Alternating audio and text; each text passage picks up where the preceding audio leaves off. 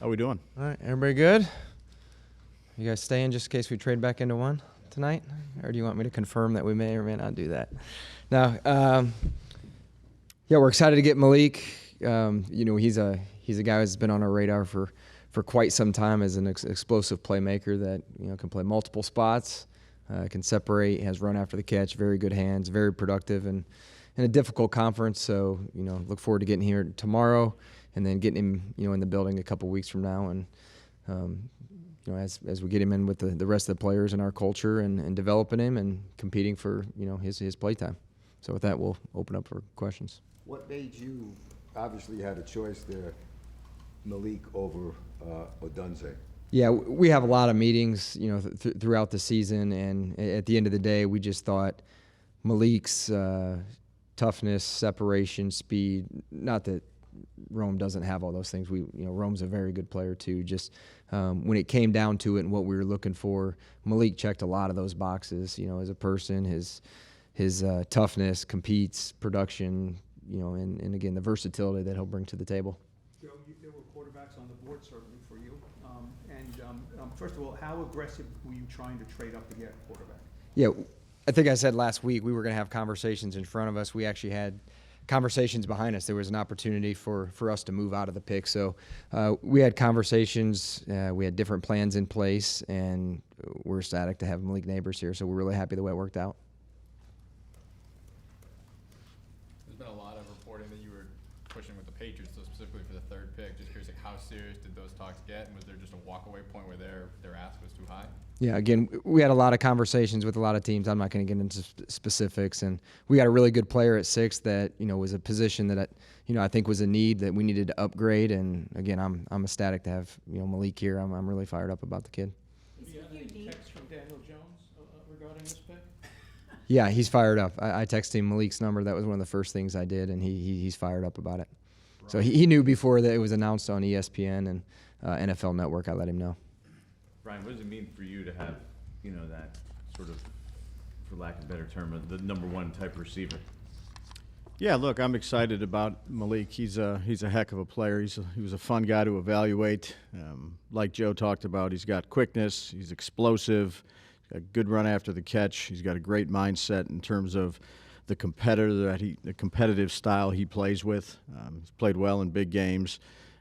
Get him in the program, get him with the receivers and into the offense, and really looking forward to working with him.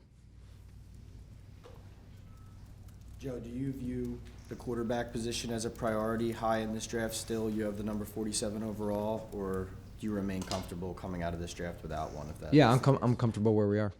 Do you believe you can find like a franchise quarterback at that point in the draft?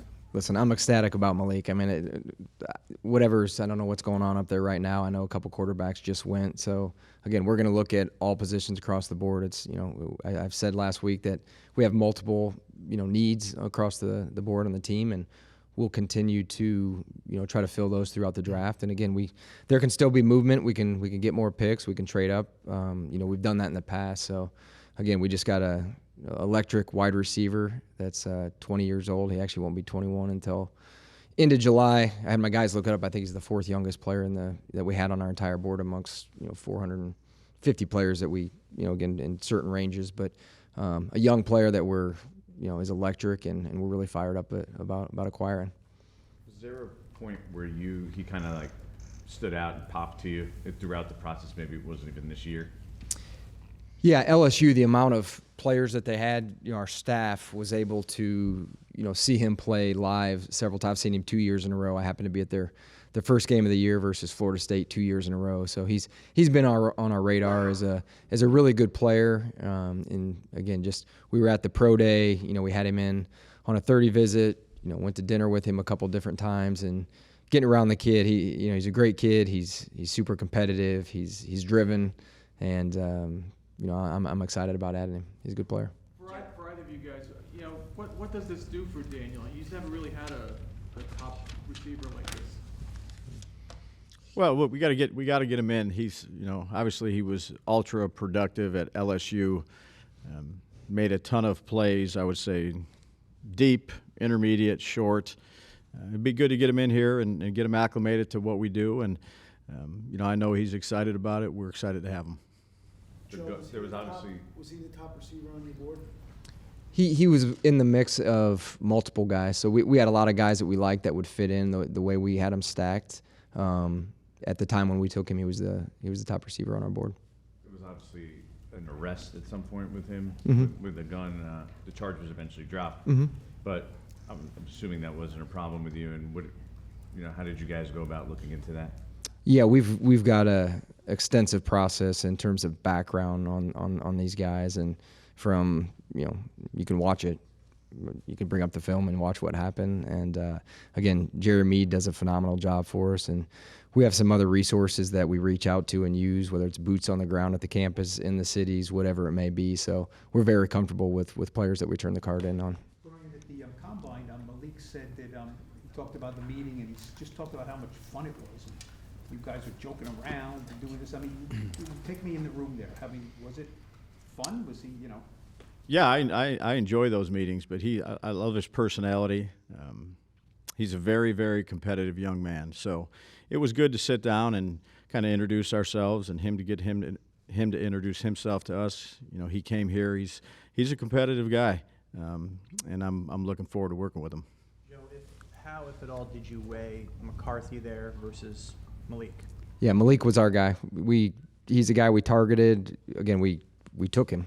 The players that were on the board, and we took Malik Nabers. How many times did you see him play in person last year? Last year, one time. I saw LSU play one time. Joe, At can you what speak point- about, Which game can you was that? speak about Malik's toughness? I know Florida he had State. the shoulder injury early in the season last year, but I don't believe he missed any games. Can you just talk about that?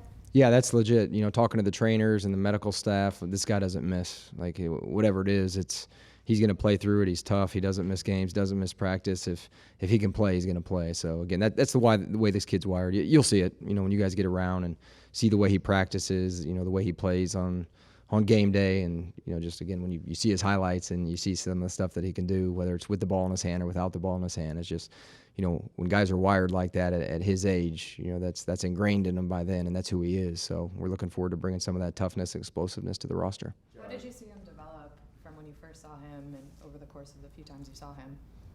Yeah, I mean, he's been productive. He's had back-to-back 1,000-yard seasons, so he scored more touchdowns this year than he did the year before. But I also think, Jaden really elevated his game this year, and they had a good supporting cast. So, you saw a lot of the traits last year as well. And again, he's a young kid, so when you're evaluating him last year, you're evaluating a 19-year-old kid. This year, a 20-year-old kid. So, when you see what some of these receivers are getting right now, APY. And, you get a guy at his age where we got him in the draft, and, you're going to have him cost controlled for 5 years. You're fired up about that. Joe, what really stood out when you saw Malik in person? I think at that position, the toughness, and the competitiveness. Some of the best ones I've been around, they have that. Because, again, there's going to be 20-some receivers taken in, between today and tomorrow and Saturday. And, what separates, all the guys that are 6 foot, that are 200 pounds and run 4.45, because there's a bunch of them out there. And to me, it always goes back to that grit, that toughness, the tenacity. You can't coach that. You can't teach that. And I think this kid possesses those traits. This could have been a very different night for Daniel. What did he say to you when you called him? I shot him a text. Yeah. When did you realize that this was going to be the likely outcome? Like, at what pick? And did you know at that point, or did you think that the Chargers? I know you've kind of heard that a little bit, that they were going to take an offensive tackle there. Yeah, but you look at their roster too, and Mike Williams is gone, and Keenan Allen's gone, and they have Justin Herbert. We didn't. Again, that was part of the contingency plan. You have 6 names, and if all 6 go, you go to bed at night, whoever 6 was, and you're happy with it. Okay, or there's other contingency plans where when teams started calling, you could move back, who's still going to be there, or you move up. So we had multiple plans. Again, this is a whirlwind, and Dave's lived it a little bit with me. Well, we could do this and we could do that. You're over preparing for everything in all different situations, and we didn't know what the Chargers were going to do until we heard they took an offensive tackle, and we were fired up. Other than the fact that they're both from LSU, does this guy remind you at all of a young Odell? I wasn't. Yeah, no, I'm not going to compare him to anybody. I think he's a fantastic player, got a lot of good attributes. starting with his personality, his demeanor of competitive stamina, toughness. You know, he's a dog on the field, and excited to work with him. He's his own person. He's got a lot to learn coming in. It's always you know, having coached it starting out my career, there's a lot to learn. But I know he's willing and he's ready to jump on the opportunity.